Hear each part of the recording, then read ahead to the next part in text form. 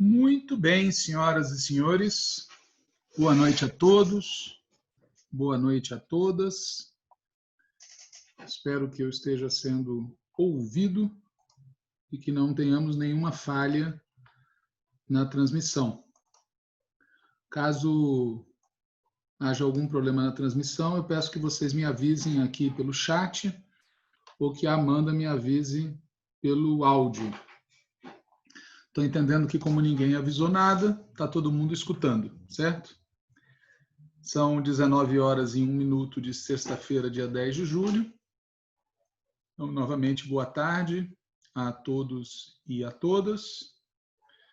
Para aqueles que não participaram das outras aulas, meu nome é Walter Pomar, eu sou do Diretório Nacional do Partido dos Trabalhadores e sou professor de Relações Internacionais na Universidade Federal do ABC. Hoje nós vamos concluir um curso de 3 aulas, iniciado na segunda-feira, dia 6 de julho, com o tema História do PT de 1980 a 2020. Depois, na quarta-feira, dia 8 de julho, nós tratamos do tema As Tendências Petistas. E hoje nós vamos discutir o futuro do PT. O nosso procedimento será o mesmo dos outros 2 dias, ou seja, eu farei uma palestra inicial, que eu espero que caiba no máximo na primeira hora, e em seguida abriremos para perguntas e questões. Eu tenho que sair pontualmente às 20h45, pois às 20h55 eu recebo o professor Emir Sader, que dará a última aula no curso O Mundo em que Vivemos, da Fundação Perseu Abramo. Aliás, antes de sair, eu vou disponibilizar no chat, para quem tiver interesse, o link do YouTube e do webinar para quem quiser acompanhar a aula do professor Emir. Peço a todos e todas que mantenham os microfones desligados e alerto novamente que a host da reunião é a Amanda, portanto, solicitações podem ser feitas diretamente a ela através do chat.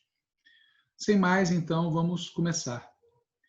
Nós mostramos que o PT começou minúsculo, cresceu, em 9 anos de vida quase ganhou a presidência da República. Depois, nos anos 90, seguiu fazendo oposição ao neoliberalismo, venceu as eleições presidenciais no ano de 2002, governou o país até 2016 e, desde então, vem fazendo oposição ao golpismo e à sua expressão atual, que é o governo Bolsonaro. Para muita gente, isso pode parecer corriqueiro, até porque faz parte das nossas vidas. Mas não é. Na história do Brasil, algo como isso, como o que ocorreu nos últimos 40 anos, constitui uma exceção. Sempre é bom lembrar que de 1500 a 1888, nós fomos um país marcado pela escravidão. Até 1889, fomos um país marcado pela monarquia e, séculos antes, pela condição colonial. Depois de 1889, quando foi proclamada a República, até 1930, nós tivemos uma república oligárquica, onde partidos de esquerda, especialmente o único partido nacional de esquerda que havia à época, o Partido Comunista do Brasil, praticamente não tinham direito à existência legal, onde a questão social era caso de polícia, onde as eleições eram fraudadas, onde as Forças Armadas tutelavam e interferiam o tempo todo na vida republicana. Aliás, é bom lembrar que Deodoro da Fonseca e Floriano Peixoto não eram civis. Os nossos 2 primeiros presidentes eram militares. Em 1930, ocorre uma revolução que abre um outro momento na história do país. Um momento marcado pela industrialização e pela urbanização aceleradas, mas que foi caracterizado nesta fase inicial e posteriormente pela supressão das liberdades políticas. De 1930 até 1945, com maior ou menor restrições, nós vivemos uma ditadura. E essa ditadura foi substituída não por um governo que resultasse dos melhores e mais democráticos representantes do povo. O governo ditatorial de Vargas sai, de fato, por um golpe militar e é sucedido na presidência da República por um militar muito conservador. E tem início, a partir de 1946 até 64, uma república nova que é caracterizada, na maior parte do tempo, pela repressão ao movimento sindical e pela supressão dos direitos, novamente, do Partido Comunista, o que obrigou o eleitorado popular, o eleitorado de esquerda, a carrear seus votos, em grande medida, para outros partidos, com destaque para o Partido Trabalhista Brasileiro, que no seu interior terá representantes de um setor da oligarquia e, de outro lado, representantes de correntes democráticas e populares muito radicais. Sempre é bom lembrar que Getúlio Vargas e Goulart eram latifundiários. Já Brizola, do mesmo partido, uma figura muito mais popular de origem e mais radical no posicionamento. De toda maneira, de 1946 até 64, o Partido Comunista pôde disputar apenas uma eleição nacional, em que teve 10% dos votos e elegeu uma bancada significativa, encabeçada por Luiz Carlos Prestes, que vai cumprir um papel muito importante na Assembleia Nacional Constituinte daquela época. Aliás, vejam que curioso, naquela época tivemos uma Assembleia Nacional Constituinte com esta caracterização. De 1946 até 64, portanto, a gente tem uma república com liberdades democráticas restritas, repressão ao movimento sindical e proibição de existência legal do partido mais à esquerda, que não era um pequeno partido. É bom lembrar que nas eleições presidenciais de 46, o Partido Comunista teve 10% dos votos para presidente da República. Isso não é pouco em lugar nenhum. Em 64, tem início uma nova ditadura, que vai durar até pelo menos 1985. Ou seja, esse período de desenvolvimentismo no Brasil começa e termina com ditaduras. Essa ditadura foi particularmente dura com a esquerda. Os partidos existentes foram impedidos de existir e os partidos de esquerda foram jogados na clandestinidade e tiveram seus dirigentes e seus militantes perseguidos de maneira sistemática pelo aparato policial e das Forças Armadas, com o apoio, como não é nada que o Moro tenha inventado, dos órgãos de segurança dos Estados Unidos. Em 85, ocorre uma eleição presidencial indireta, que nós já comentamos em aula passada.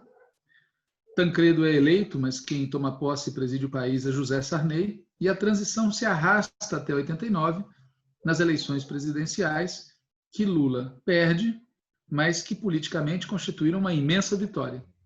E é só então, de 1989 até 2016, que nós podemos dizer que o país vive num ambiente de liberdades democrático-eleitorais plenas. Nenhum partido é impedido de existir pelas opiniões que tem, pelas propostas que tem. Não existe liberdades democráticas em geral, porque os meios de comunicação, porque o dinheiro e a legislação continuam oprimindo o direito do povo se expressar. Mas do ponto de vista da legislação partidária, estritamente falando, nenhum partido é mais impedido de existir pelo simples fato de que ele defende uma ordem social alternativa ou antagônica ao capitalismo. E bastou que existisse isso Bastou que existissem liberdades democráticas, mesmo que restritas, como nós sabemos, para que destes 26 anos, aproximadamente, 89 até 2016, metade tenha sido de presidentes conservadores e metade de presidentes democráticos, populares e de esquerda. Não é impressionante? Ou seja, basta que haja um pouquinho de democracia para que os representantes do povo consigam, inclusive, eleger o presidente da República. Repito, de 1989 a 2016, da eleição de 89 ao golpe contra a presidenta Dilma, passaram-se aproximadamente 26 anos. Desses 26 anos, 13. Durante 13 anos, o partido foi governado por representantes das elites. Collor, Itamar, Fernando Henrique. E durante os outros 13 anos, foi governado por Lula e Dilma. Isso é muito didático, porque revela o motivo pelo qual a classe dominante brasileira tem pânico das liberdades democráticas. Onde tem liberdade democrática, mesmo que restrita, mais cedo ou mais tarde, o povo começa a votar nos partidos que representam o povo. Isso não aconteceu só aqui no nosso país. Isso aconteceu também na Europa. No pós-Segunda Guerra Mundial, no ambiente de relativas liberdades do período, cresceu a identificação entre a classe trabalhadora e os seus partidos. Em 2016, vem o golpe. E o golpe faz o Brasil voltar ao seu estado normal. Eu volto àquilo que eu falei no início. Para nós, pode parecer corriqueiro o que aconteceu nos últimos 40 anos, em particular o que aconteceu desde 89, mas não é. Na verdade, é uma exceção na história do Brasil. A história do Brasil é uma história onde a classe trabalhadora e as forças de esquerda nunca conseguiram chegar ao governo central do país. Não falo do poder, porque o poder nós não conquistamos, mas falo do governo central. É uma exceção o que ocorreu entre 2003 e 2016. Essa exceção, esses 13 anos, constituem um hiato na história do Brasil. Aí veio o golpe. E o golpe nos coloca de volta para a normalidade de um país em que as liberdades democráticas são estranguladas. Elas são limitadas o quanto for necessário para impedir que a classe trabalhadora possa chegar ao governo central. Qual é a situação hoje? Primeiro, existe uma operação da extrema-direita e da direita brasileira com o objetivo de nos destruir ou nos anular como força independente. A extrema-direita é mais explícita. Ela realmente quer a destruição do PT. No mundo sonhado pelos bolsomínios, o PT não tem direito de existir porque é uma organização criminosa. Já a direita supostamente civilizada se contentaria com a nossa anulação, ou bem reduzindo o PT a uma força marginal, sem incidência político-eleitoral, ou bem nos colocando debaixo do seu sovaco, fazendo com que o Partido dos Trabalhadores adote a mesma postura que no passado outras forças de esquerda adotaram, de serem linha auxiliar do mal menor contra o mal maior. Essa é a operação da direita: destruição ou anulação do PT. Mas há uma segunda operação em curso, da centro-esquerda, que converge com a operação da direita civilizada. Vários aliados do PT durante os governos Lula e Dilma hoje trabalham explicitamente para que o PT se anule como força política independente. A expressão mais explícita disso é aquele cidadão que, em 2018, foi a Paris, ao invés de participar da batalha contra o fascismo aqui. E voltou tão arrogante quanto foi, cobrando do PT a responsabilidade por Bolsonaro. Ele, a quem ele não considerava então uma ameaça à democracia e por quem não fez nenhum esforço para derrotar. Ciro Gomes, de quem eu estou falando, é a expressão dessa política da centro-esquerda, cujo objetivo é a anulação do PT como força autônoma. O que ele diz, por incrível que possa parecer, é que mesmo sendo nós o partido que tem mais força política eleitoral, não podemos ter candidato, não podemos ir ao segundo turno e estamos condenados a apoiar figuras como ele, mesmo que ele não tenha os votos que nós temos e a força que nós temos. Já nem me refiro às posições políticas. Então, a centro-esquerda trabalha com essa mesma lógica de nos anular. E uma parte dos nossos aliados de esquerda, legitimamente, pretendem nos substituir. É bom lembrar que estão no seu direito, assim como a extrema-direita está no seu direito de nos querer aniquilar, assim como a direita está no seu direito de querer nos anular, assim como a centro-esquerda está no seu direito de querer nos anular também, as forças de esquerda, como o PSOL, por exemplo, têm o desejo legítimo de substituir o PT como força protagonista. Aliás, é sempre bom lembrar, comentei isso na aula passada, que quando o PSTU surgiu, no início dos anos 90, o PSTU tinha um projeto de longo prazo muito diferente do projeto que animava o PT. O projeto do PSTU era de um partido de quadros, um partido revolucionário ao estilo das grandes revoluções do início do século XX.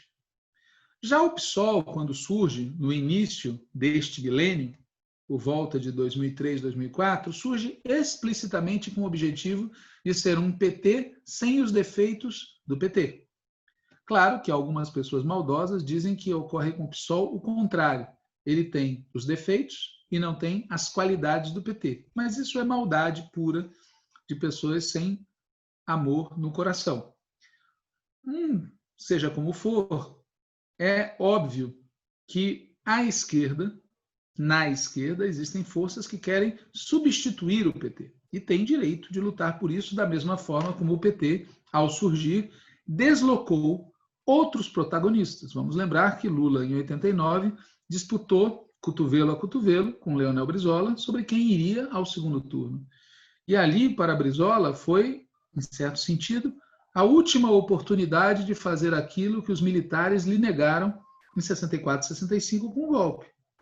E ele, dessa vez, perde na disputa contra Lula essa oportunidade. Mas, mesmo assim, como eu destaquei nas aulas passadas, agiu de uma maneira completamente diferente desse cidadão que hoje coloniza o partido de Brizola.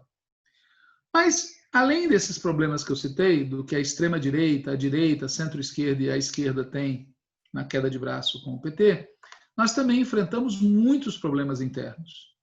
Existem, no nosso partido, imensas divergências sobre o passado recente, sobre o balanço dos governos Lula e Dilma. Existem muitas divergências programáticas sobre o futuro, sobre se nós almejamos o socialismo ou se o nosso objetivo real é algum tipo de social-democracia tupiniquim, um capitalismo com um pouco mais de bem-estar social, de liberdades e de soberania. Existem divergências estratégicas profundas no nosso partido, entre aqueles que só têm olhos para os processos eleitorais e institucionais e aqueles que preservam a percepção que um país como o Brasil nunca será transformado se não houver uma vasta onda de lutas sociais e uma forte rede de organizações populares de base, sem falar numa batalha de ideias imensa, uma batalha cultural.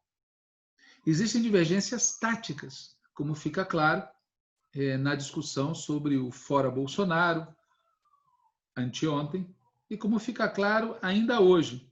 Basta, a esse respeito, assistir à recente entrevista dada pelo nosso companheiro Fernando Haddad, Roda Viva, do dia 6 de julho, em que ele proferiu uma série de comentários, por exemplo, sobre a Operação Lava Jato, que mostram divergências táticas e também estratégicas muito importantes no nosso partido. Não entre quem dá aulas de formação política em cursos pelo Zoom e o Haddad, mas entre o Haddad e o Lula, entre o Haddad, o Lula e a Dilma, existem divergências profundas. Existem também divergências organizativas muito sérias. Pega um exemplo do cotidiano.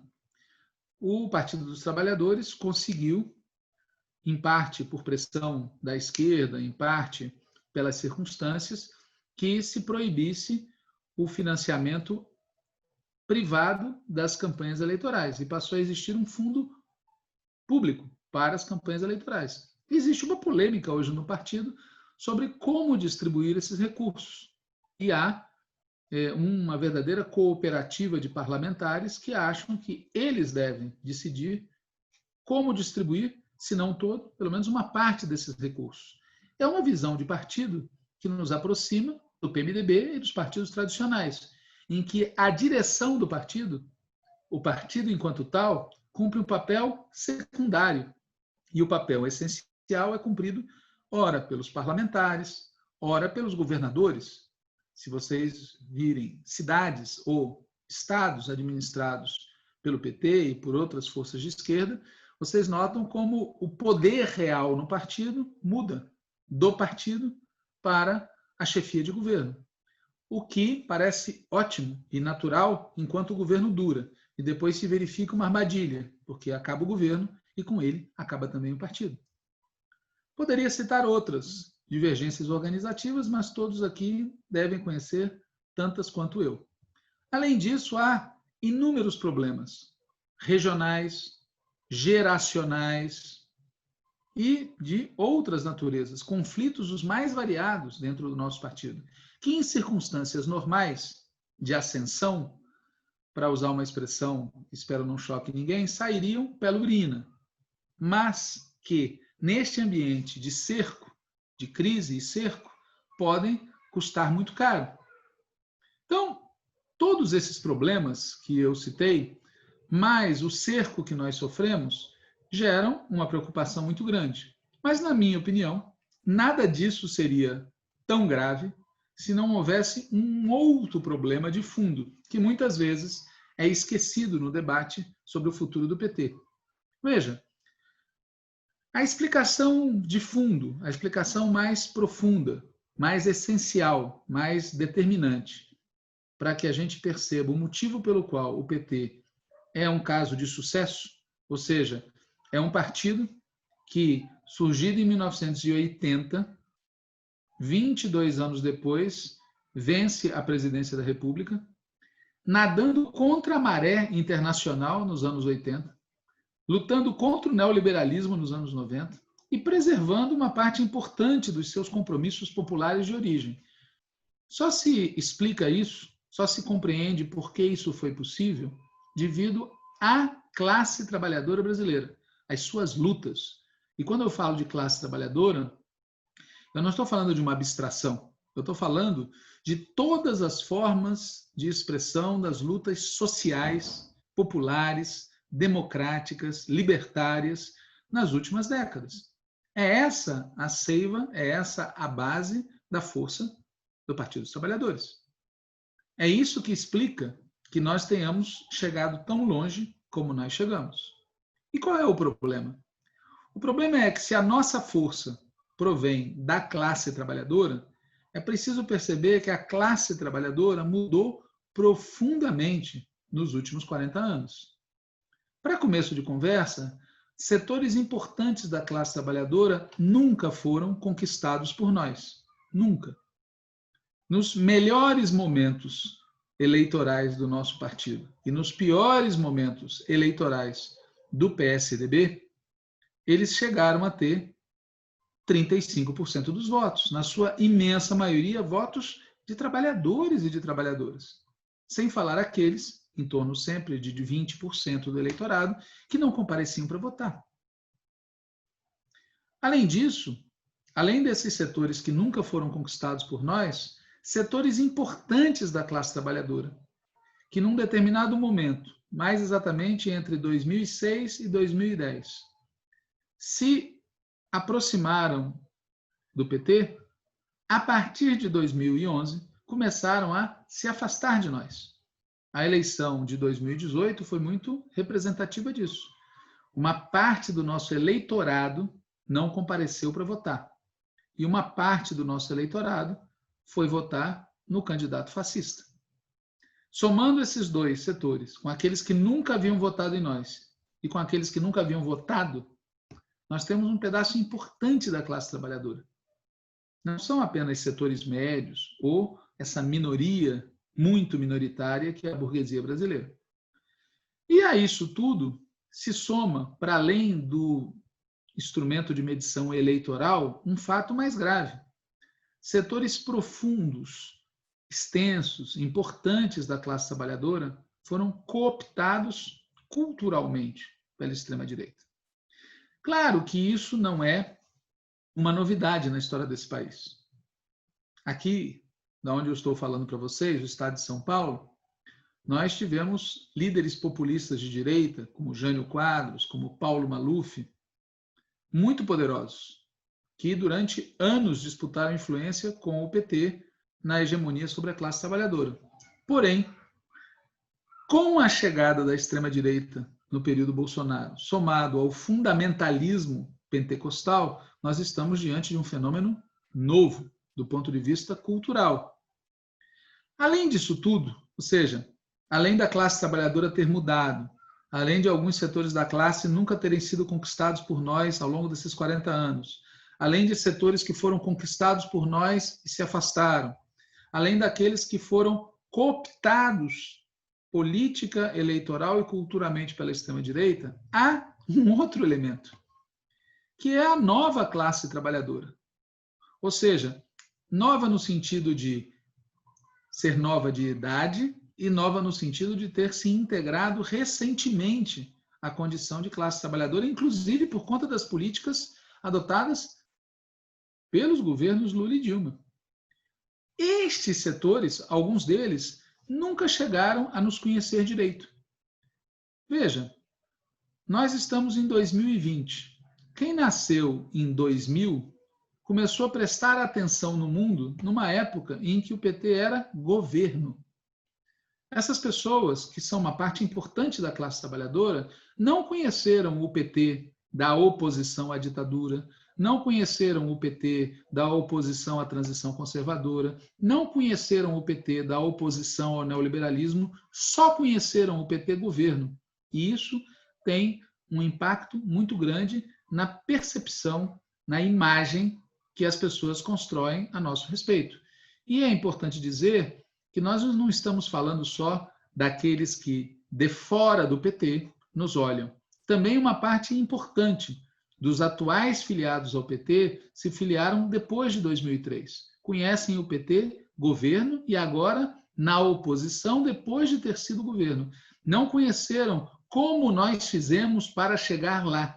E isso tem um impacto imenso na interpretação que fazem do que está acontecendo e na postura que adotam no debate sobre o que pode vir a acontecer.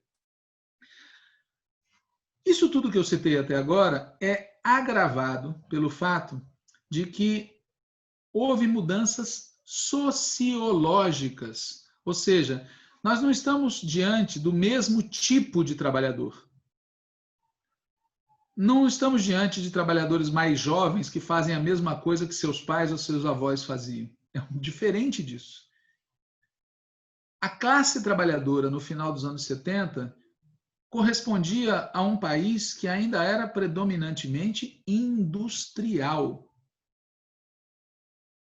Dos anos 80 para frente, houve uma operação da classe dominante brasileira para destruir a nossa indústria e para nos concentrar na área de serviços e na área primária exportadora. Essa operação, que às vezes parece sem sentido para algumas pessoas, faz todo o sentido do mundo se nós pensarmos que a nossa classe dominante é associada aos Estados Unidos e aos governantes europeus e, portanto, está de acordo em converter o Brasil em fornecedor para essas potências industriais que ficam fora daqui. Nós vivemos num mundo que tem excesso de capacidade. E, portanto, aqueles que têm clareza sobre a importância da indústria como instrumento de poder econômico, político e militar fazem de tudo para destruir a indústria dos outros ou para converter os outros em fornecedores de matérias-primas ou para converter os outros em consumidores dos seus serviços e produtos ou para converter os outros em fornecedores de apenas de serviços e assim por diante. A classe dominante brasileira aceitou gostosamente essa transformação que ocorreu no Brasil a partir dos anos 80. Às vezes, intelectuais progressistas, de esquerda, inclusive petistas, apresentam esse processo como se ele fosse inevitável. Entramos na era dos serviços e temos que nos adaptar a isso. Mentira! A China é o poder que é porque ela construiu uma forte base industrial. Claro que hoje você pode ter uma forte base industrial ocupando menos trabalhadores do que você ocupava há 50 anos atrás, porque a tecnologia permite produzir mais com menos. Mas daí não decorre que a indústria, enquanto tal, tenha perdido centralidade no desenvolvimento econômico, na acumulação de capital e principalmente na definição de quem tem e de quem não tem poder no mundo moderno. Mas o fato que nos interessa aqui é que a classe dominante, desde os anos 80, veio desmontando a estrutura industrial do país e veio remontando a nossa estrutura produtiva de maneira que a classe trabalhadora atual é composta por dezenas de milhões de pessoas que não têm trabalho, dezenas de milhões de pessoas que trabalham como contapropistas, dezenas de milhões de pessoas que trabalham em atividades de serviços e em atividades primárias. O núcleo industrial e, de maneira mais ampla, o núcleo formal da classe trabalhadora, que foi o centro organizador da construção do PT, ele hoje está muito enfraquecido. O peso dele na sociedade como um todo é menor, a influência é menor do que antes. Vou dizer 3 ou 4 exemplos. Olívio Dutra, bancário. Wu Shiken, bancário. Jacob Ittar, petroleiro. Lula, metalúrgico. Categorias estruturadas, poderosas, numerosíssimas, que hoje estão sofrendo um enxugamento numérico, mas não só na nova estrutura que se veio construindo no país nas últimas décadas. A história do PT, os 40 anos de PT, coincidem com 40 anos de neoliberalismo. A nossa classe trabalhadora fundadora foi perdendo peso e foi crescendo uma outra forma de ser da classe trabalhadora. E essas mudanças sociológicas, elas têm implicações políticas. Basta dizer que a greve que ocorreu recentemente dos entregadores de aplicativos teve o apoio da CUT, mas não foi organizada pela CUT, nem por nenhum sindicato, para ser mais explícito. Isso pode ser superado com o passar do tempo. É provável até que seja superado. Nós temos que trabalhar para que seja. Mas, no momento, tem uma parte grande da classe trabalhadora que não se enquadra nos modelos sociológicos e organizativos típicos daquela classe trabalhadora que deu origem ao nosso partido. A isso, obviamente, se agrega mudanças geracionais que eu já citei. Quer dizer, esses trabalhadores de novo tipo são, em geral, bem mais jovens do que os trabalhadores de velho tipo, que, em geral, são bem mais experientes, digamos assim, ok? Então, somando uma coisa com a outra, nós temos mudanças políticas e mudanças sociológicas e geracionais que afetam a causa de fundo do nosso sucesso nesses 40 anos, que foi a classe trabalhadora. E esse, como eu já disse, não é um fenômeno externo, é um fenômeno interno ao PT, porque há mudanças que ocorreram em nós mesmos. Ou seja, o próprio partido sofreu implicações internas dessas mudanças. Houve uma mudança na composição sociológica do PT, na composição geracional do PT, e nem sempre mudanças positivas, nem sempre mudanças que nos fortaleceram. Dei aqui, numa outra aula, um exemplo de uma reunião do Diretório Nacional do PT, em que o companheiro Lula perguntou: venham cá, a maior parte dos que nos apoiam recebem de 2 a 3 salários mínimos, segundo as pesquisas. Quem aqui no Diretório Nacional do PT recebe de 2 a 3 salários mínimos? Se essa mesma pergunta fosse feita em 1980, 81, 82, se verificaria que naquela época havia uma coincidência maior entre as condições sociológicas de vida dos dirigentes do partido e da classe trabalhadora que o partido representava. E hoje há uma discrepância gravíssima, porque é óbvio que se houver uma distância muito grande entre a direção partidária e aqueles que são a base do partido, nós estamos diante de uma crise anunciada. Como essa crise vai se traduzir? Bom, esse é o quadro. Não é um quadro que deva ser, na minha opinião, minimizado. Ele tem que ser descrito tal como ele é, né? Cerco externo e dificuldades internas muito grandes. Há pelo menos 3 maneiras de enfrentar essa situação. A primeira maneira é a negação. Está tudo muito bem com o PT é isso aí, a gente vai disputar as próximas eleições, a outra, e é isso. Ponto. Pode parecer estranho, mas muita gente age assim dentro do PT. Age na sua dinâmica interna como se não houvesse nada a corrigir em profundidade. Como se os problemas que a gente enfrenta fossem todos de pequena monta, menores. Há uma outra forma de enfrentar essa situação, que é entrar em pânico. Muitas pessoas estão em pânico.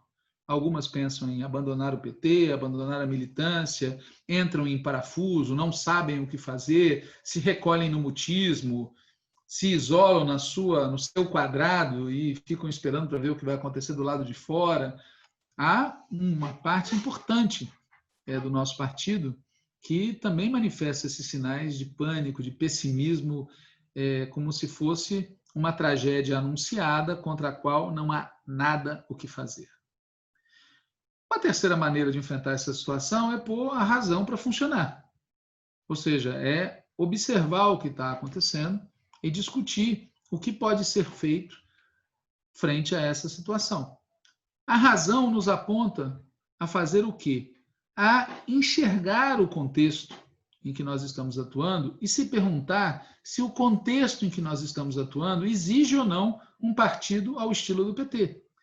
Porque se o contexto em que nós estamos atuando e o que nos espera provavelmente exige um partido ao estilo do PT, todo o esforço deve ser feito para garantir que o PT continue existindo, que ele tenha um futuro como partido dos trabalhadores. Agora, se a análise racional do que está ocorrendo nos apontar para que o contexto já não exige mais um partido como o PT, a conclusão é que, façamos nós o que nós façamos, a tendência é que o Partido dos Trabalhadores mude de natureza e se converta noutra coisa, mesmo que mantenha o nome de PT.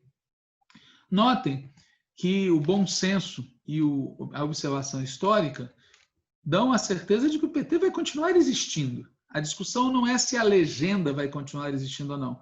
A discussão é qual PT continuará existindo. Vejam que o PMDB, herdeiro do velho MDB, continua aí. O PTB continua aí. O PDT continua aí. O PCB e o PCdoB continuam aí. Ou seja, com maior ou menor influência, partidos acabam sobrevivendo. Isso não quer dizer que sobreviva o projeto original que animava esses partidos. Aí é outra discussão, e é essa discussão que a gente se propõe a fazer nessa parte final aqui da exposição. Veja, nós vivemos um ambiente de crise sistêmica mundial, vivemos uma espécie de crise do bicentenário, os que gostam de Isaac Asimov, e vivemos uma crise dos 40 anos, para quem gosta disso. Crise sistêmica mundial, né? A gente vive uma crise hoje em âmbito mundial que é conjugação orgânica de inúmeras crises. Crise ambiental, crise sanitária, crise social, crise econômica, crise política, em muitos países uma crise nacional profunda, uma crise geopolítica, que tem a ver com o conflito Estados Unidos e China, e uma crise cultural. Há um ambiente de adoecimento mental e de ressurgimento de posições medievais muito impactante. Essa crise sistêmica é uma crise do capitalismo, né? Primeiro porque existe uma crise de acumulação que veio de antes e que teve em 2008 um dos seus picos. E é uma crise do capitalismo porque a sociedade em que nós vivemos é organizada em torno da acumulação do capital. E, portanto, quando a gente fala que essa sociedade vive uma crise sistêmica, é uma crise sistêmica do capitalismo, de uma sociedade capitalista. A pergunta é: desta crise vai emergir uma alternativa sistêmica? Não necessariamente. Existem pelo menos 3 desfechos possíveis, né? O primeiro desses desfechos é que essa crise imensa que se vive hoje em escala mundial produza o colapso geral da sociedade em que a gente vive. Uma espécie de versão global Mad Max daquilo que o Marx e o Engels chamavam de destruição das classes em luta. Mas pode também surgir uma solução sistêmica. Mas se surgir uma solução sistêmica da atual crise, ela vai ser de natureza anticapitalista? Também não necessariamente. Aliás, o mais provável é que não seja. O mais provável, especialmente se a gente não fizer nada, é que o capitalismo aproveite a crise sistêmica para trocar lâmpadas velhas por lâmpadas novas, destruindo forças produtivas, a começar pelos seres humanos, que são das mais importantes forças produtivas, concentrando e centralizando capitais, substituindo o trabalho vivo por trabalho morto. Quem vê essa explosão de trabalho remoto está vendo o que isso significa na prática, aprofundando a exploração das periferias do mundo pelos centros do mundo. O mais provável, se a gente não fizer nada, é que o mundo pós-crise seja pior do que o mundo pré-crise. Porém, ao mesmo tempo que a gente pode ter uma solução Mad Max e ao mesmo tempo que a gente pode ter uma solução de mais barbárie capitalista, esse também é um bom momento para iniciar novas tentativas de transição socialista. Porque é exatamente em momentos como esse que é possível lutar contra o capitalismo com mais chance de êxito. Ou alguém aqui acha que seria mais fácil lutar pelo socialismo e começar uma transição socialista em tempos em que o capitalismo funciona normalmente, funciona com êxito e não gera crise nenhuma? Por isso a gente tem que ter claro que depois da crise, expressão que vem sendo usada muitas vezes, as dificuldades para nós, classe trabalhadora e socialistas em geral, vão aumentar, elas não vão diminuir. Passada a crise, em que tudo é muito difícil, virá provavelmente, na melhor das hipóteses, melhor dizendo, uma nova expansão, onde tudo vai ser mais difícil para aqueles que lutam pelo socialismo. Passada a crise, com muitos trabalhadores na miséria, desempregados, aceitando trabalhar por baixos salários, vai ser o momento ideal para os capitalistas alavancarem um novo ciclo de expansão, que não vai durar muito, porque o capitalismo já está com as suas linhas muito estendidas, mas vai durar o suficiente para nos causar dificuldades na luta contra o próprio capitalismo. Portanto, essa é a primeira coisa que tem que ter claro. A gente vive uma crise sistêmica mundial, onde nos cabe colocar uma alternativa sistêmica socialista. É o melhor momento para fazer isso e o momento em que isso é mais necessário e onde é mais fácil que pessoas prestem atenção nesse tipo de proposta. E no Brasil? No Brasil, eu falei que nós vivemos a crise do bicentenário, né? Os que gostam do Isaac Asimov, leiam O Homem Bicentenário e vão entender completamente a comparação que eu estou fazendo. Quais são as características fundamentais do Brasil, né? A dependência. Nosso país já surge como parte da periferia de um mundo cuja metrópole não está aqui. A desigualdade social é um traço da nossa sociedade desde o primeiro dia. E o motivo é muito simples, quer dizer, os que aqui chegavam tinham que alimentar a si próprios e alimentar os poderosos de fora. A classe dominante que aqui se estabeleceu tinha que tirar para si e para outros que estavam fora daqui. E isso só era possível de fazer com uma imensa exploração e com uma imensa desigualdade. Terceiro traço, dependência, desigualdade, ditadura de classe. Essa nossa sociedade nunca chegou a ser democrática no sentido democrático da palavra. Ela sempre foi uma sociedade oligárquica, uma democracia oligárquica, uma democracia onde as regras se aplicavam a alguns e não a outros. E quando havia uma rebeldia contra isso, vinha a ditadura explícita. E como decorrência dessa dependência, dessa desigualdade, desse traço de ditadura oligárquica, nós tivemos aqui na nossa região sempre um desenvolvimento truncado. Quando a gente olha o Brasil, sempre impressiona isso, né? Você olha pela extensão do país, pelas riquezas naturais que nós temos, pelo tamanho da população, você diz, mas isso é uma das grandes potências do mundo. Aí quando você vai olhar a capacidade econômica, você descobre que a gente quase chega lá e volta, quase chega lá e volta.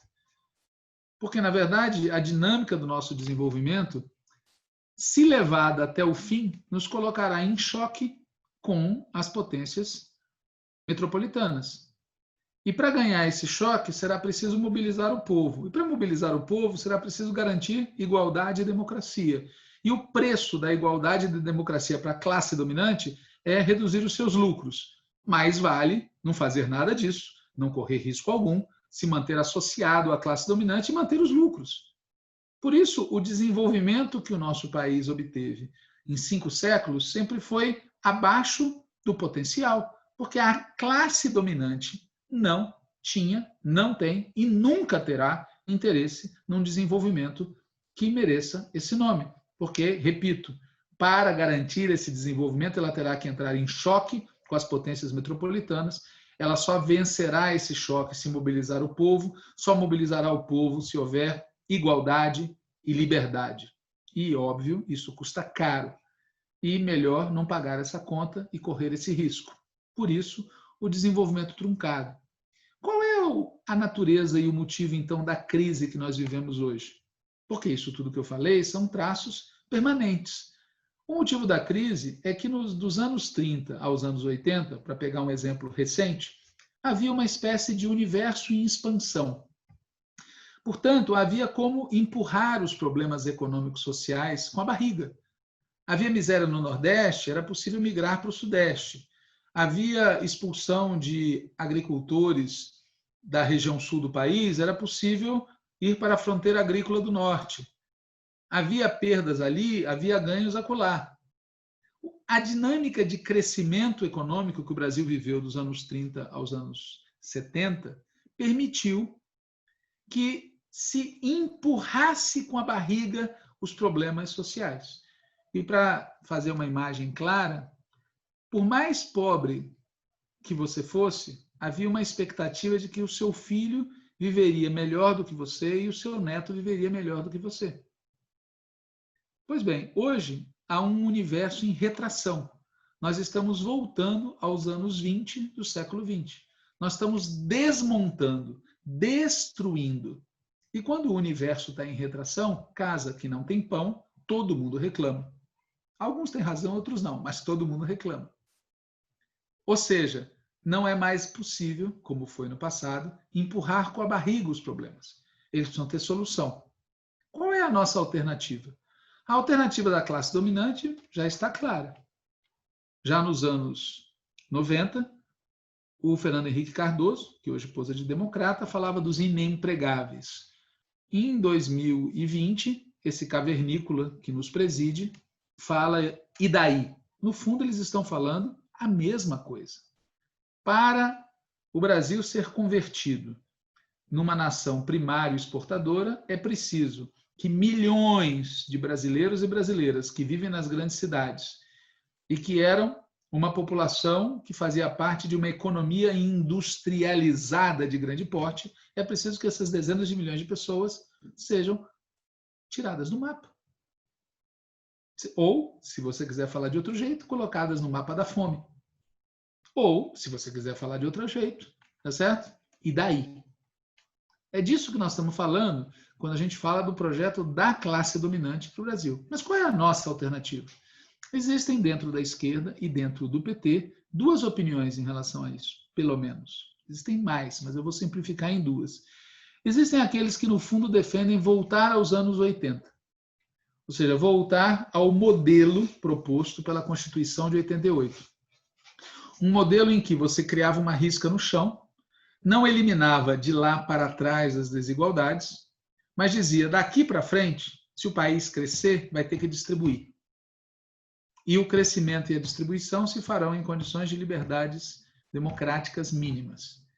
O problema dessa ideia de voltar para 88 é que, mesmo que isso fosse possível no âmbito da política, digamos assim, a sociedade brasileira, que serviu de base para aquela ideia, já não existe mais.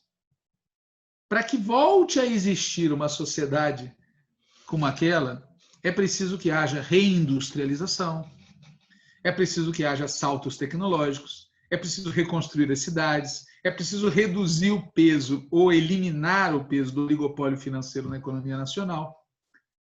Aquele país dos anos 80 foi desmontado pelo neoliberalismo. Portanto, voltar àquela época não é possível, a não ser que se voltem as condições também daquela época. Mas para voltar às condições daquela época, seria necessário um esforço tal que a pergunta é, por que só aquilo, se o esforço vai ser tão grande? A segunda possibilidade que existe é saltar em direção ao futuro. E o que seria isso, do ponto de vista prático? Seria, primeiro, converter o Brasil e a região latino-americana e caribenha num dos polos do mundo, não aceitando o papel que nos impõe de consumidores e fornecedores de matérias-primas. Significa reindustrializar a região e convertê-la em mercado interno de si própria, impedindo que o mundo seja controlado por China, Estados Unidos e Alemanha, que nos imponham os seus interesses e a sua dinâmica. Segundo ponto, do que seria saltar para o futuro, garantir o desenvolvimento nacional colocando o Estado no comando. E colocar o Estado no comando é, em primeiro lugar, colocar o oligopólio financeiro privado sob controle público. Significa também consolidar a pequena e média propriedade rural como base da soberania alimentar, sem a qual não haverá desenvolvimento nacional. Levar a todo o país as bases de energia elétrica, cabeamento óptico, ferrovias, hidrovias, para que seja realmente um país integrado no sentido amplo da palavra. Reurbanizar as cidades, porque estão todas caindo aos pedaços, atendendo 100% das necessidades de saneamento, moradia, transporte, equipamentos públicos de educação, saúde, cultura, esportes, lazer. E é a produção destes bens públicos, por exemplo, ferrovias, hidrovias, cabeamento óptico, saneamento, é a produção desses bens públicos, combinada com a ampliação do consumo de bens privados, que é o carro-chefe da reindustrialização nacional. No lugar de uma economia organizada em torno de um lucro especulativo, destruidor da natureza, socialmente degradante, culturalmente degradante, porque é degradante você saber que você tem condições de vida, mas a imensa maioria da população não tem. Ao invés de um desenvolvimento com essas características, construir uma dinâmica de desenvolvimento baseada na igualdade, na riqueza coletiva, na integração ao meio ambiente, no desenvolvimento sustentável, na defesa da humanidade.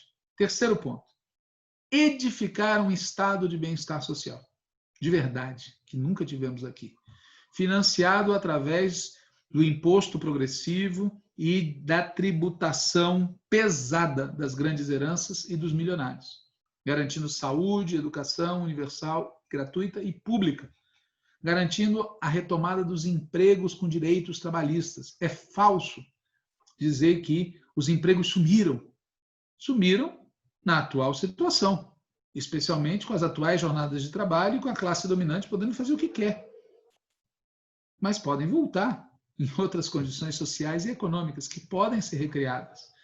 Salário mínimo, aposentadoria digna, políticas especiais para as mulheres, para os negros e negras, para os setores da classe trabalhadora que recebem menos e trabalham mais que os outros, políticas especiais destinadas às populações originárias, a todos aqueles setores sociais que são vítimas de histórica exclusão e histórica desigualdade, bem como as regiões do país que estão submetidas a décadas e até séculos de desenvolvimento desigual. Portanto, ao lado de ser um dos polos do mundo, ao lado de ter o Estado como piloto de um processo de desenvolvimento nacional, ao lado de um Estado de bem-estar social, quarta questão, a construção de um Estado democrático e popular. Isso, na nossa opinião, exigiria a convocação de uma Assembleia Nacional Constituinte, que algumas pessoas dizem, não, mas a gente fala disso, se faz uma Constituinte agora, piorará. De verdade, já está em curso uma Constituinte, uma destituinte, para ser exato. Quer dizer, desde 1990, o Congresso Nacional e suas maiorias conservadoras vêm atropelando aquilo que havia de positivo na Constituição de 88 e não regulamentando, tá certo? Aquilo que também havia de positivo e acentuando aquilo que havia de negativo, criando uma espécie de nova Constituição. Aquela já não existe mais. E o problema é que o Estado que ela criou já foi convertido numa instituição que está fazendo o que nós estamos vendo. Não é Bolsonaro que fez o golpe de 2016. Não foi Bolsonaro que condenou e prendeu o Lula. Assim como não é só a pessoa do Bolsonaro que vem destruindo os direitos sociais e trabalhistas do povo brasileiro. Nós temos que ajustar as contas com a democracia seletiva, com o racismo, com o patriarcado, com a LGBTfobia, com o colonialismo, com a tutela militar, com a ditadura comunicacional, com o judiciário partidarizado, com o parlamento oligárquico, com os governos arbitrários, com a polícia militarizada. E é preciso ter a ambição de resolver isso de conjunto, porque o país precisa de um Estado democrático popular, não deste Estado que a gente tem. É óbvio que essa outra alternativa, diferente da primeira, que é voltar a 88, né, esse salto para o futuro, nos levaria, se tivermos êxito, a um país socialista. Porque um país que tenha essas características que foram listadas aqui é um país socialista.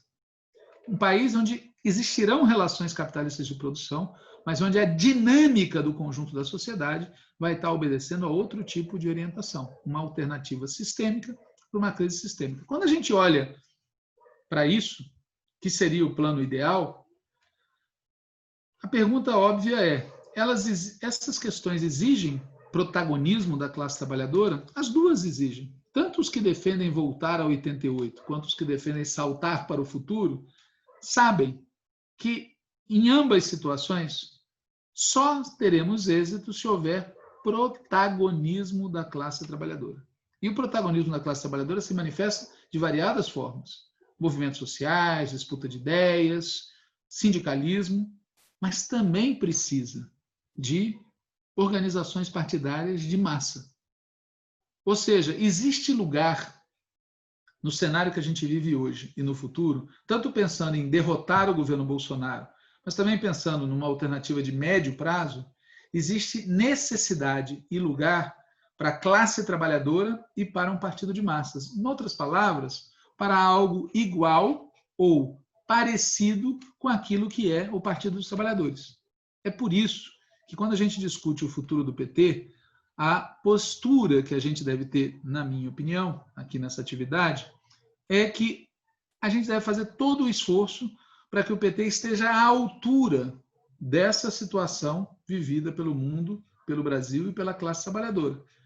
Porque se o PT, que atualmente existe, não tiver à altura, é muito provável que ele seja atropelado pelas circunstâncias.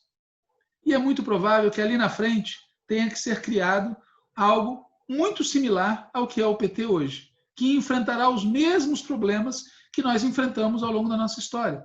E, portanto, é mais produtivo, é mais econômico, evita retrabalho, que nós nos engajemos em manter, proteger, organizar e, principalmente, atualizar, tá certo? Atualizar o nosso partido às circunstâncias históricas que nós vivemos. Então, depois de exatos 60 minutos, eu paro por aqui para que a gente possa fazer o debate. Então, eu devolvo a palavra aí para que a Amanda diga quais são as questões e as pessoas que querem falar. Bom, eu vou primeiro falar as duas perguntas que colocaram no chat e depois eu passo a fala para as pessoas, tá certo? O Maurílio, ele pede a inscrição também. Eu acho, inclusive, que eu não preciso ler a sua pergunta, certo, Maurílio? Você pode, já que vai pegar a inscrição, falar. Bom, vou ler. Vamos lá. Como fazer com que nossos dirigentes do PT voltem a ser representantes da nossa legítima classe trabalhadora e não representantes de mandatos e demais cargos na máquina burocrática? Você se mostraria favorável a uma mudança estatuária que proibisse que parlamentares e seus assalariados se tornassem dirigentes do partido? Pergunta do Maurílio. Depois tem uma pergunta do André, que Walter, me parece que a ascensão de um governo perigoso como o atual deve muito à campanha difamatória antipetista promovida por grandes conglomerados de mídia, em especial pela Globo.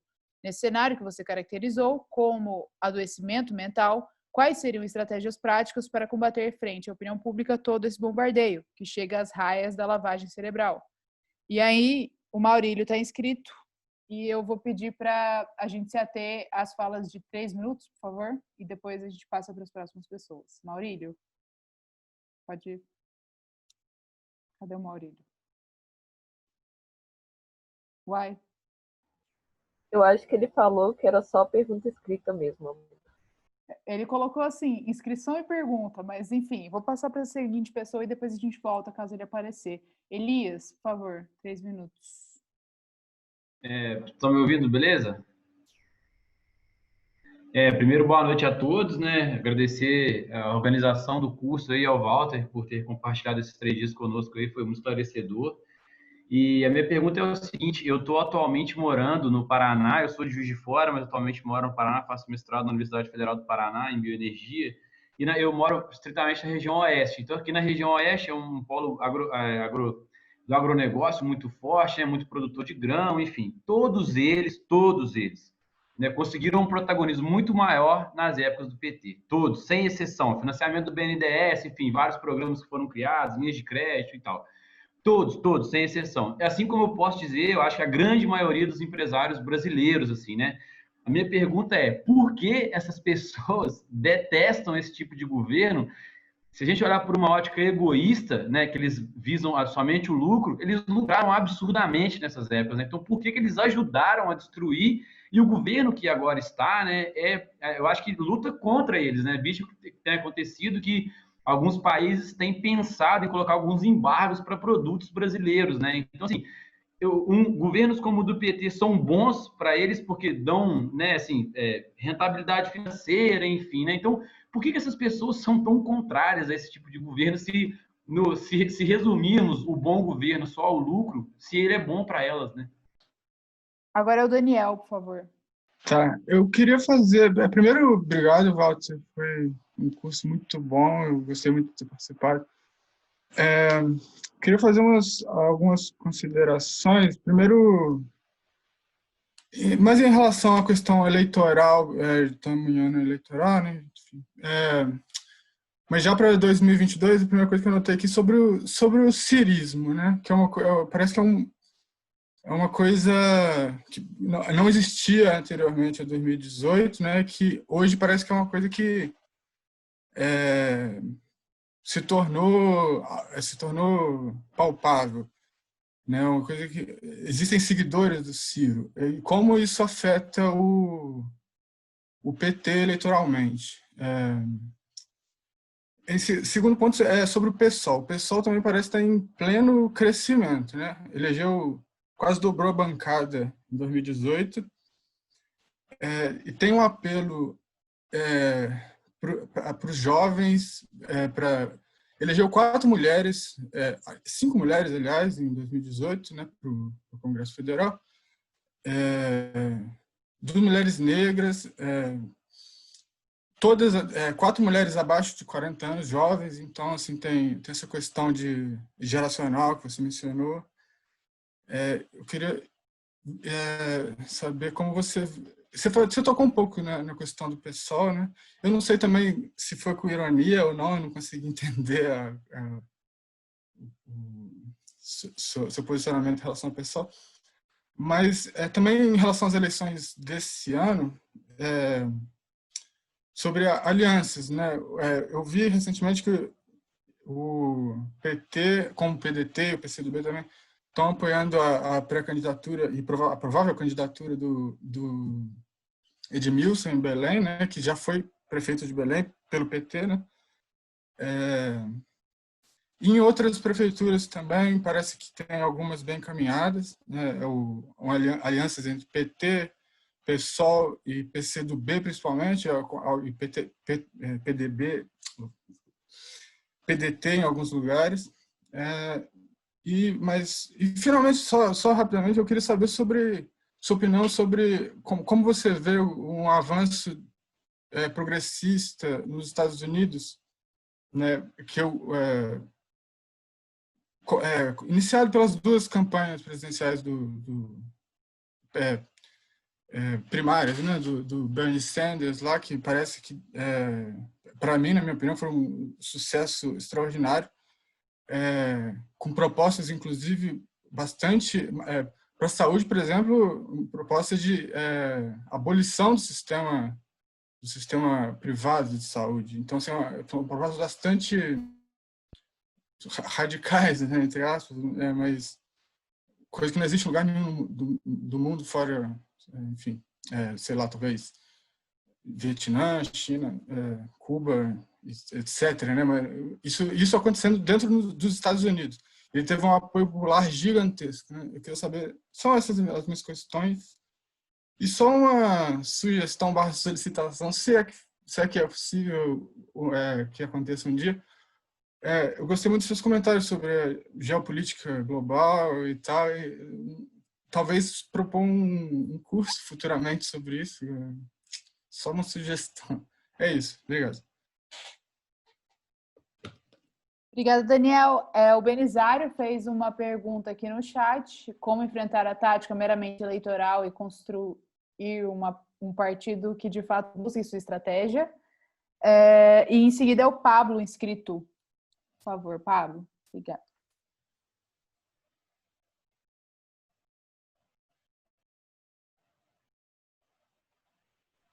Opa, aí, estão me ouvindo?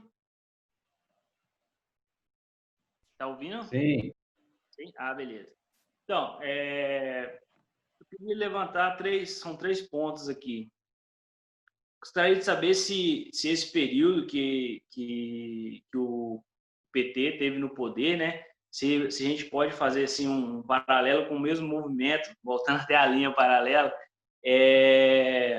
da época de Getúlio Vargas, quando ele também teve assim, um maior engrandecimento do movimento popular, dos trabalhadores, né? Que aí depois, num segundo momento, foi ali com Juscelino e o Jango como vice dele também, né? Que teve um grande movimento. E com o PT agora. E nesses três momentos, assim, foi utilizada para abafar esses movimentos, foi pregada a brecha da corrupção, né? Tanto para Getúlio quanto para Juscelino e também para o PT. E esses ataques aí, né? Lava Jato e tudo mais. E aí, então, esse é o primeiro ponto, né? Se a gente pode ver isso dessa maneira, se a gente pode ver dessa maneira. E aí, pegando o segundo ponto, que é pegando essa parte da corrupção, qual seria assim, uma estratégia que tem de tirar essa ideia que liga, e a mídia bate nisso todo dia, né? Que liga o PT à corrupção, né? Para quem às vezes não aprofunda e às vezes tem uma visão superficial, sempre feita essa ligação do PT à corrupção, né? Como enfrentar isso, né? E o terceiro ponto seria essa atração com o trabalhador, né? Esse novo trabalhador, igual o Walter falou, primeiro é o trabalhador, essa nova classe que não se enxerga como um trabalhador, aquela definição de trabalhador, digamos assim, raiz, né? Que é o operário, igual quando o PT surgiu ali, aquele movimento operário, que realmente era o cara lá, o chão de fábrica, né? Hoje em dia você tem uma classe de trabalhadores que não se identifica, não se vê como um trabalhador assim, né? Igual o próprio movimento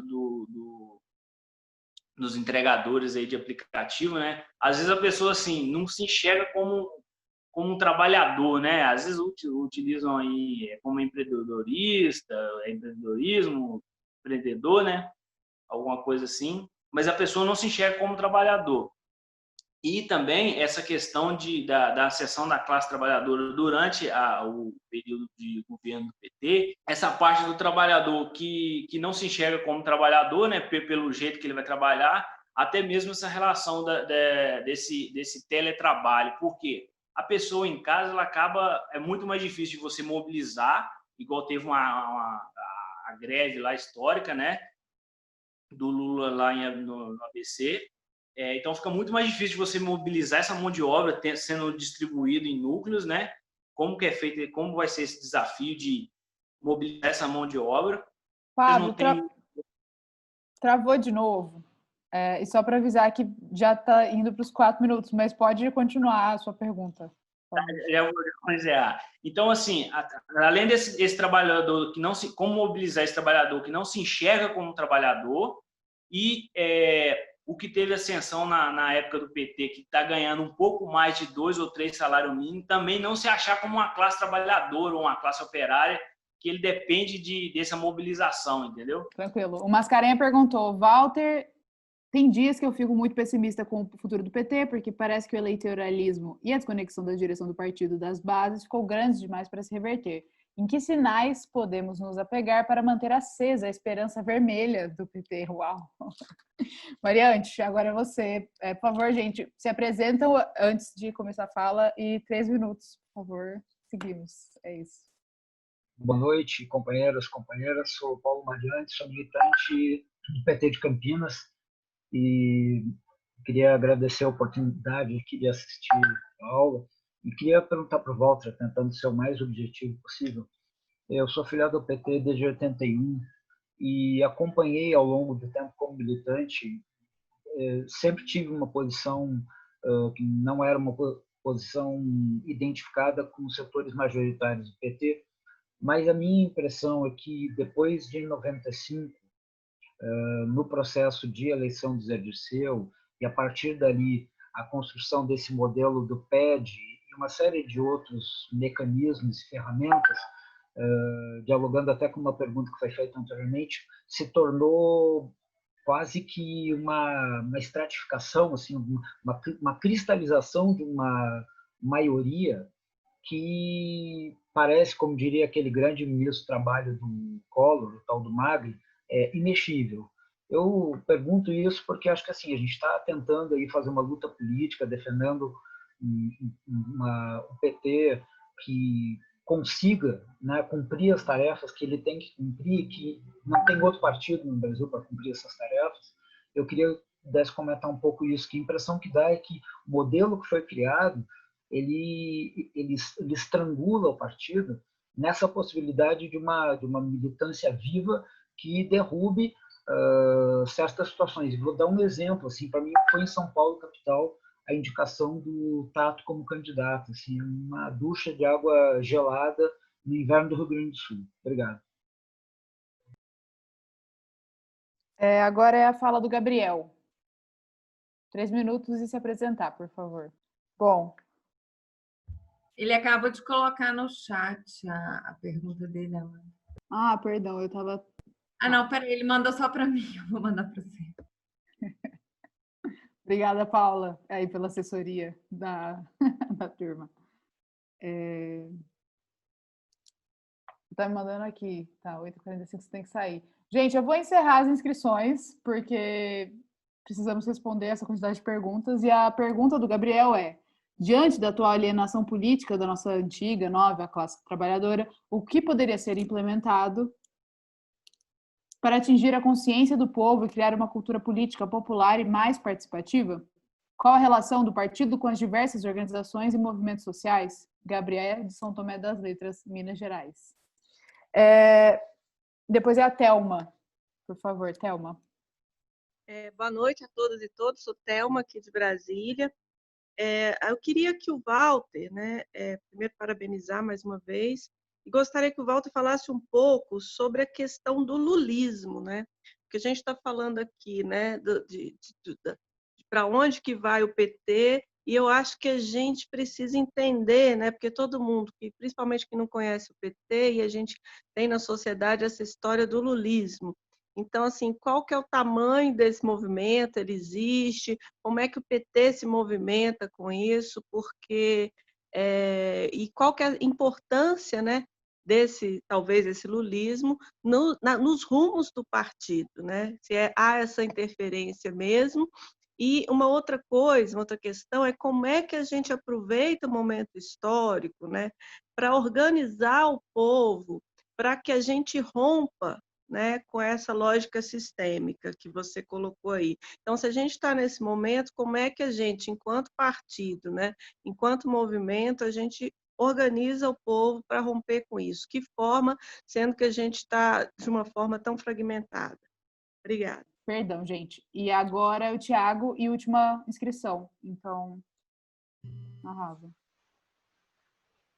Boa noite, gente. Todo mundo me escuta aí? Beleza o áudio? Sim. Beleza. Obrigado. Então, eu sou o Thiago, sou daqui de Juiz de Fora, sou professor de Geografia na rede estadual e também na rede privada. E sou filiado ao PT e cresci acompanhando, né, o crescimento do PT, principalmente nos anos 90. A minha pergunta, Walter, vai no sentido seguinte. Nós temos um problema, né? A meu ver, é um problema, porque nós temos grandes lideranças que se destacam nos seus ambientes de militância. No meu caso, hoje, é dentro do Sindiúti, né, que é o nosso sindicato, o sindicato estadual, que a última coordenadora hoje é a deputada estadual Beatriz Cerqueira, que foi presidenta da CUT. Nós temos aqui em Juiz de Fora a figura do Betão, que é um líder histórico dos professores da rede municipal e privada, e hoje é deputado estadual, foi vereador por 3 mandatos, e hoje é deputado estadual. Nós temos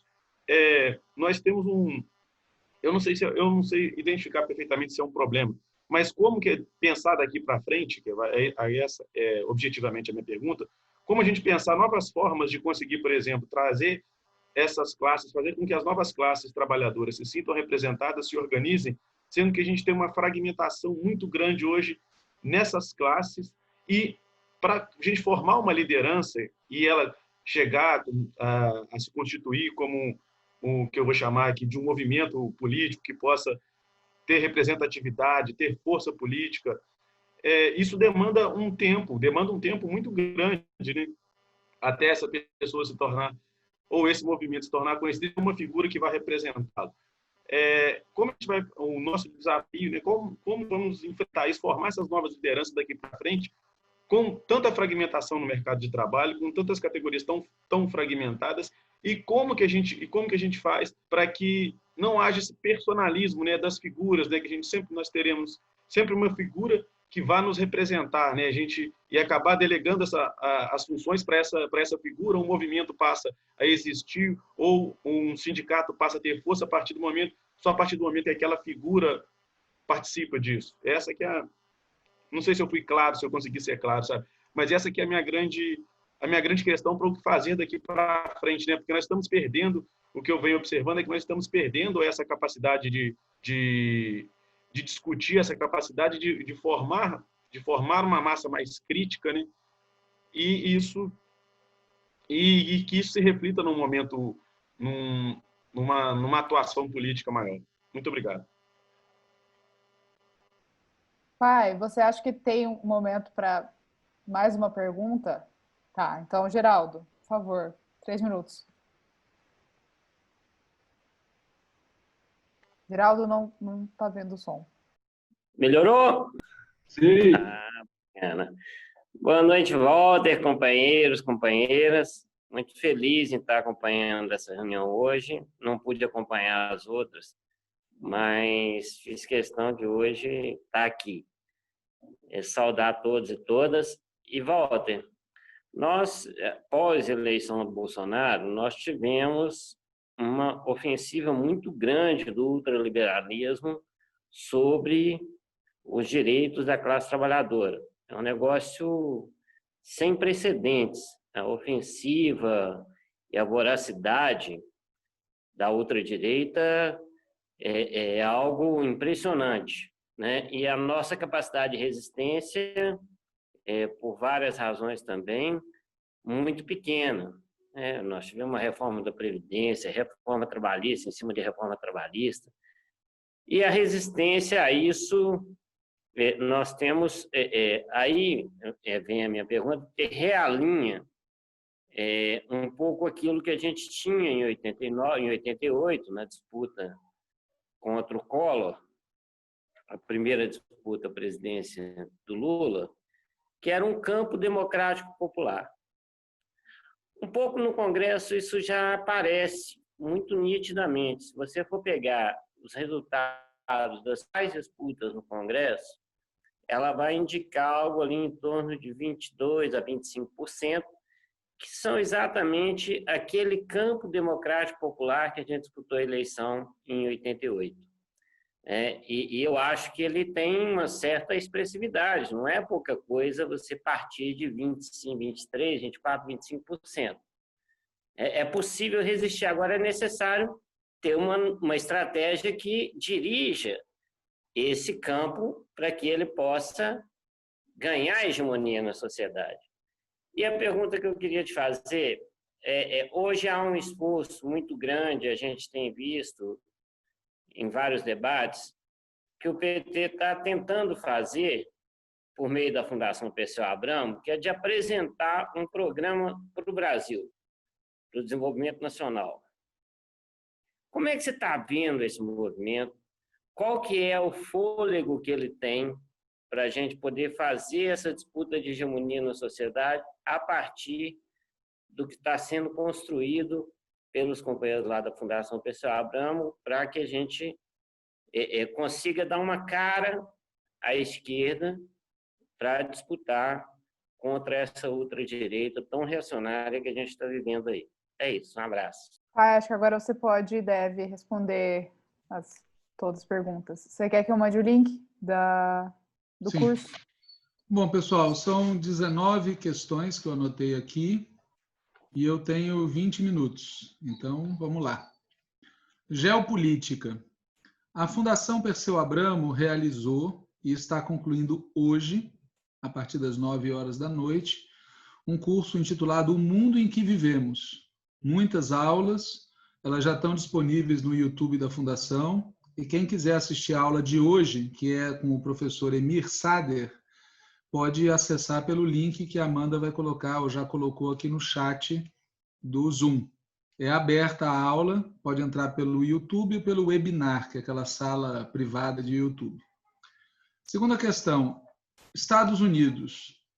Veja, essa ideia de que houve um avanço progressista imenso nos Estados Unidos e que isso estaria expresso, por um lado, nas lutas que ocorreram recentemente, por outro lado, no crescimento do Bernie Sanders, por um lado, eu reconheço que há ótimos sinais nos Estados Unidos, mas, por outro lado, eu me vejo na obrigação de dizer que o Bernie Sanders, como grande parte da esquerda estadunidense, por sinal, continua prisioneira do Partido Democrata. O Partido Democrata é um partido da classe dominante estadunidense, assim como o Partido Republicano. Não existe, nos Estados Unidos, um partido democrático de esquerda. Não existe um partido socialista de massas. E pode existir, vide a força que o Bernie Sanders demonstrou em 2 disputas que ele perdeu a primeira e desistiu da segunda. O problema é que ele perde porque é impossível um candidato socialista ganhar no Partido Democrata. Porque a cúpula do Partido Democrata organiza as convenções para ela escolher e não para ela ser derrotada. Então, o Bernie Sanders poderia ter, nas 2 vezes, saído como candidato independente, mas não faz isso.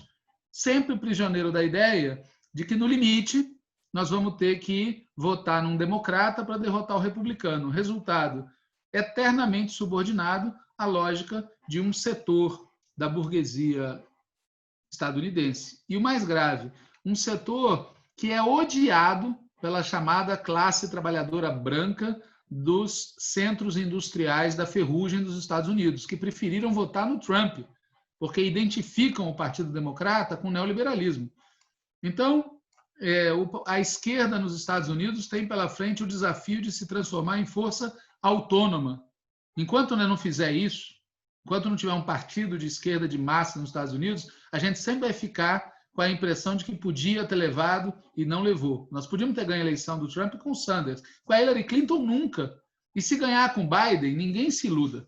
Pode ser melhor para o povo dos Estados Unidos. Para nós não vai ser uma mudança qualitativa. Sobre o tema da saúde, valia a pena fazer uma discussão mais cuidadosa, porque é verdade que tem uma saúde de ótima qualidade prática em Cuba e no Vietnã. A China é mais complicado. Na verdade, o sistema de saúde mais avançado do mundo, do ponto de vista da concepção, é o nosso, é o SUS. E isso mereceria ser debatido especificamente, não tem tempo de debater aqui.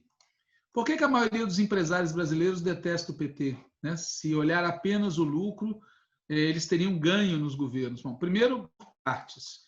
Existe uma coisa chamada interesse de classe, que não deve ser confundido com o interesse individual de cada um de nós. Isso vale para a classe trabalhadora, vale para a classe dos capitalistas. Houve várias circunstâncias na história, por exemplo, antes mesmo do capitalismo existir, ordenações filipinas que diziam o que o senhor de escravo podia ou não podia fazer com seu escravo. O Estado, 2 senhores de escravos, punha limites à ação individual de cada senhor de escravos. Por quê? Porque os interesses da classe eram superiores aos interesses individuais. Portanto, tem uma distinção entre o interesse do indivíduo e o interesse da classe. Primeira coisa. E os capitalistas, eles olham o lucro e pensam nos seus interesses estratégicos. Por que motivo eles vão deixar o Brasil melhorar, vamos supor assim, sob gestão popular? Eles querem deixar de ser classe dominante? Eles só querem lucrar, não querem comandar? Então, primeiro, vamos parar com esse tipo de ilusão sobre que a classe dominante é só fenícia. Eles têm interesses, têm cultura, têm projetos de poder, etc. Segundo, que não é verdade que os empresários lucraram durante os nossos períodos de governo. Vamos falar, claro, lucraram mais do que lucravam antes e a classe trabalhadora também melhorou de vida. Por quê? Porque os mercados expandiram no período 2000 a 2008. Aliás, a grande caca que aquele Antônio Palocci nos causou foi ter feito a gente perder de 2 a 3 anos, porque o período de 2000 a 2008 foi de expansão do mercado mundial. Se a gente tivesse, em 2003, começado a política que nós começamos no início de 2007, nós teríamos tido muito mais êxito do ponto de vista econômico-social. Mas aquele cidadão, tá certo, ajudou a nos amarrar uma política tucana durante 2 ou 3 anos. Pois bem, enquanto o mercado mundial estava se expandindo, eles estavam lucrando e nós estávamos melhorando de vida. O que aconteceu em 2008? Crise mundial. Os mercados externos começaram a regredir.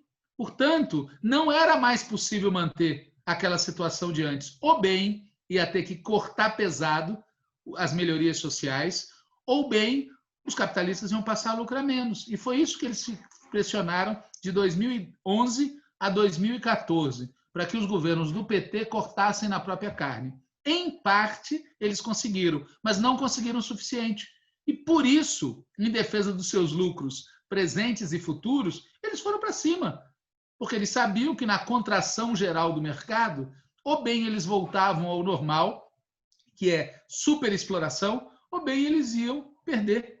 Então, esse é o motivo pelo qual o empresariado, no período 2003, 2010, tolerou mais ou menos o nosso governo.